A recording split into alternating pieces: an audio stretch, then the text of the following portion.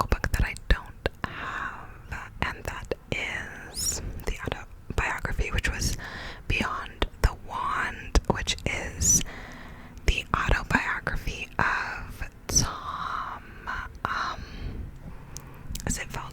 Tom Felton, who played Draco Malfoy in Harry Potter.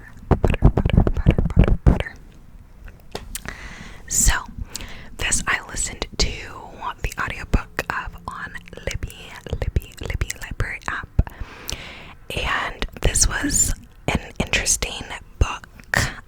It detailed a lot about his journey, how he got into acting, how he had brothers, and the way his parents were supportive and all that. And it detailed a lot about just all these different times and moments and experiences he had on set and the years that they filmed, right? And yeah, it was just very, very interesting. And yeah, it was just very interesting. His chapter talking about him and Emma's friendship was so sweet, because there was some quote where she told him like something along the lines of like, oh, all my years, like I thought I felt like I was like a duck, but then everybody said like, you're not a duck, you're this. And then so I was like, okay, I guess I'm not a duck. And then I met you and you were quacking and I realized I am a duck, or like something like that. And it just like spoke to that thing where you like meet somebody and it kind of validates a part of yourself. So I thought that was so sweet. There was also like a chapter or two on mental health that I thought were really important and really nice. Towards the very, very end of the book, it talks about his sort of relationship with alcohol abuse. So that was interesting as well. And yeah, it was interesting. I didn't know much about him before, but it was interesting. Another thing that was interesting was he shared that someone actually got paralyzed on set, which I did not know. I feel like they must have like kept that hush-hush or something, because I feel like I never saw a headline for that. Granted, I was a kid when those movies were coming out. But yeah, someone who was working as a stunt double actually got injured, like paralyzed on the set of those movies, which I thought was insane and really makes you think about like stunt double safety and that type of thing. And he said him and Daniel Radcliffe, whatever his name is, who played Harry Potter, that they have like a charity every year that they do to like bring awareness to and like raise money for like charities having to do with that, in the name of their friend who was paralyzed from that. And like I guess they all like still keep in contact and whatnot, so that was really interesting to me too. And yeah, I kind of just talked about like being a kid on set and just growing up under, you know, that eye being the weird, like, you know, just all that. So it was interesting. I would recommend, if you have any interest in like the Harry Potter like behind the scenes, there's a lot of interesting things about like the scenes and stuff. And yeah, so there was that. Then books wise, we have these two. Eleanor Oliphant is Completely Fine, and My Dark Romeo. So we'll talk about Eleanor Oliphant is completely fine. First. This book is so good, but only certain types of people I feel like will get this book, which I don't mean to say in like a rah way. It's really the opposite, like, because this book follows someone who's extremely like socially different, just like very like social, like doesn't know how to like interact with people, like probably very neurodivergent. It never like diagnoses her with anything in the book, but she's like very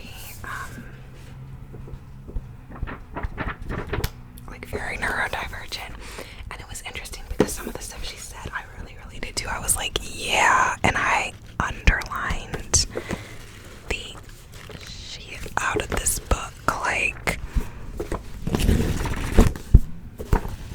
it's insane how much I underlined in this book. So sometimes I was really relating to what she said, and then other times I was like, girl, are you serious? Like, be so for real. Be so for real. Like, be so for real. But yeah, it was entertaining. It was funny. Like, some of the things she said and did were just so ridiculous. And then there is like a kind of like not explicitly stated, but I think we're kind of supposed to view them as like in the future possibly like a love interest, but they don't like get together in this book, and it's not like she's like in love with him, or it's nothing like that.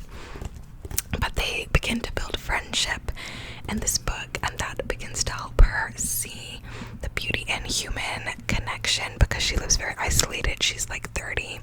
She goes to work, she comes home, she does her thing. On the weekend, she drinks vodka. She has a phone call with her mother every week.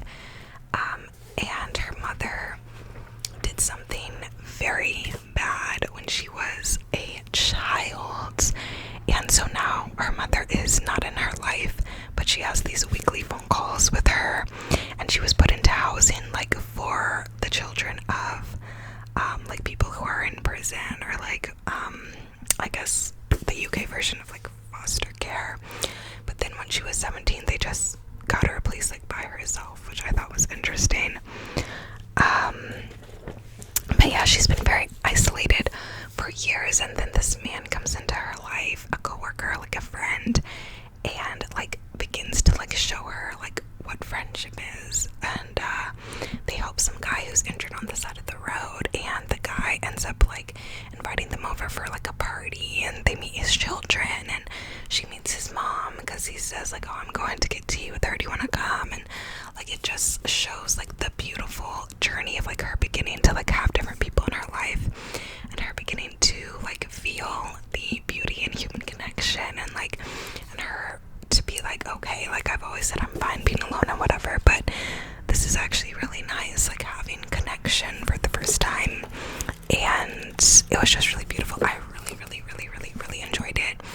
It reminded me a little bit of Normal People.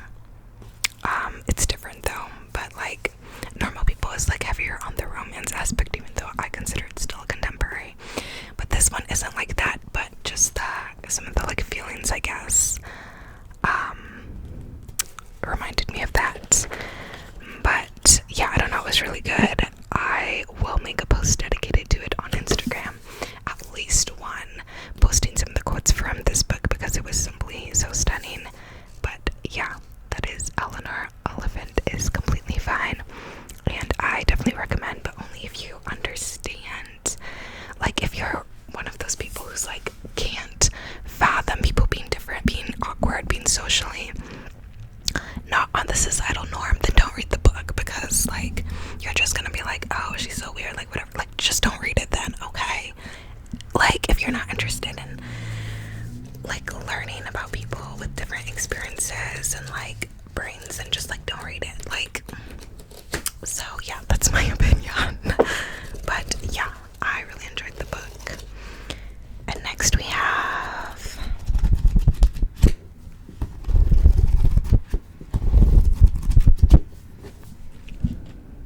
My Dark Romeo.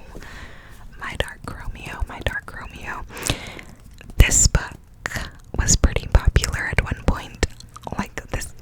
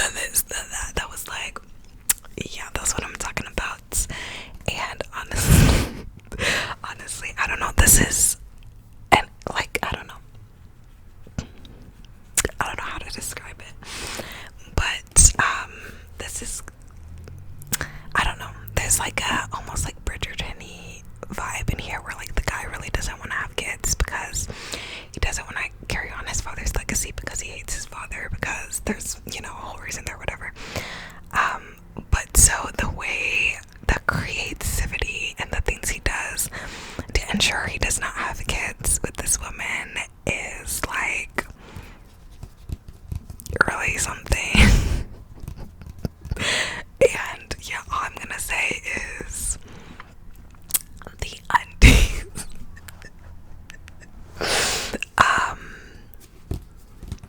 Say less. I can't. I cannot. Those scenes were a void.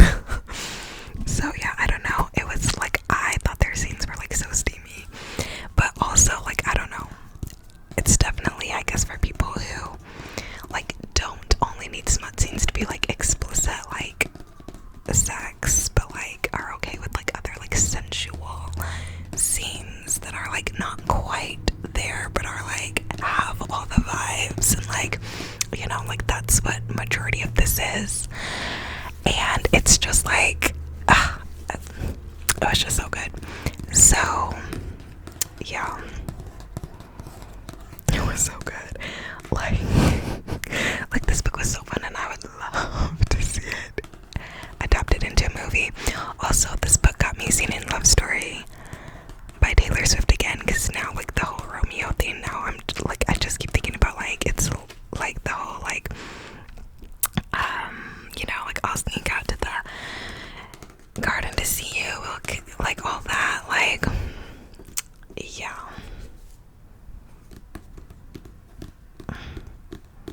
So now I've been like playing that song a lot again lately. But yeah.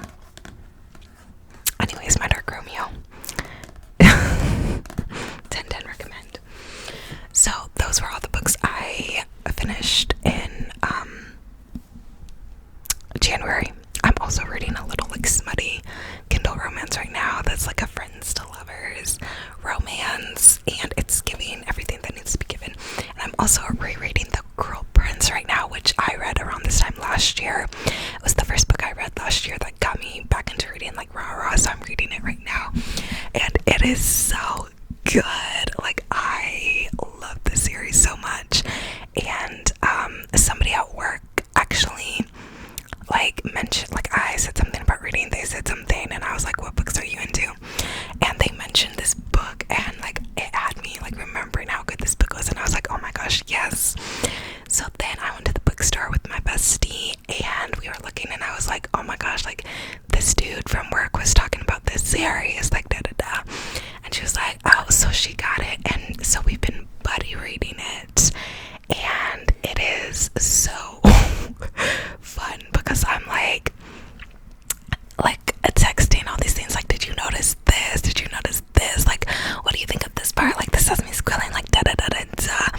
So it's really fun because of that reason. So I'm rereading that right now, and yeah, I love that series so much. So yeah, I'm having a good time with it. It's like a true enemies to lovers though. Like, you really have to be a little delusional for a good enemies to lovers trope, because you have to understand